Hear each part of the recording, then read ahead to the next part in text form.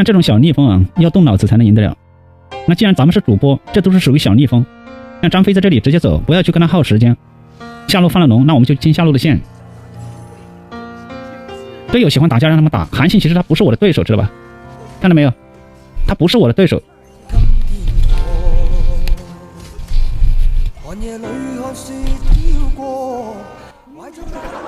漂亮，可以的啊，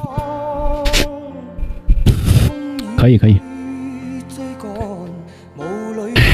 以啊，行，不慌，下一波就是他的死期啊。迎着冷眼與嘲笑，從沒有放棄過心中的理想。一剎那，拿下對面貂蟬，看他還敢不敢瞎晃悠。就這種小逆風，不是一棍一個小朋友嗎？哎呀，準備好起來了，兄弟們。韓信入國了，看來他是又欠揍了。你才知道韓信欠揍啊！我準備無敵了，兄弟們，你們隨意啊。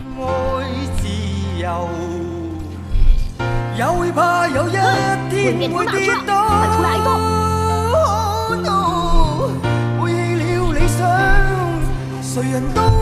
看到了沒有？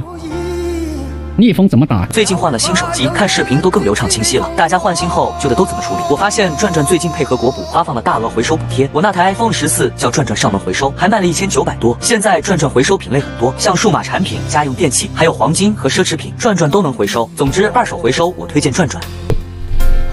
走。我們先把線帶一下啊！說實話，這種小逆風對主播來說，那是輕而易舉啊。假裝走，實際上我真的走了。貂蟬既然不想上來，那我們就直接再帶一手。貂蟬帶着傳送，那韓信的話，這一波估計要過來開這個龍。小心，對面韓信出破軍了，他打上龍頭了。你以為啊？來秀死我呢！全是人妻啊！韓信肯定要過來，我說了，他要開這條龍。我們再繞過來，繞到這裡，這裡沒視野，這裡沒有視野，注意細節，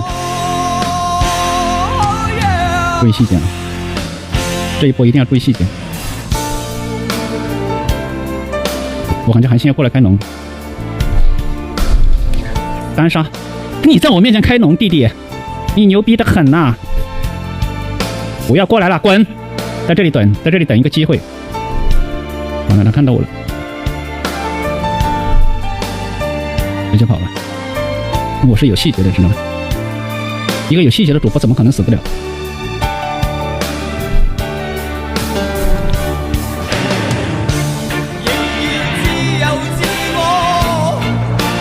開船的在撞牆，你看到沒有？剛才開船的在撞牆呢，又要死一片。開船的撞牆呢，在那裡。真的要崩溃了！你這個開船技術在哪裡學的，兄弟？能教一下嗎？開船在那裡撞牆，我怎麼打？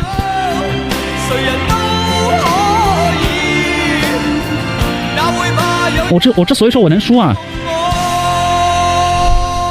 怎麼搞？怎麼打？你告訴我。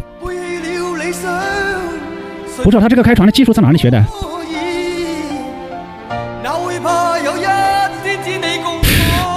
盡力了，盡力了！我要舉報他。這個開船的如果不扣分，兄弟們，我直接把平板吃掉。看到沒有？他如果不扣分，我直接吃平板。在哪裡學的開船技術啊？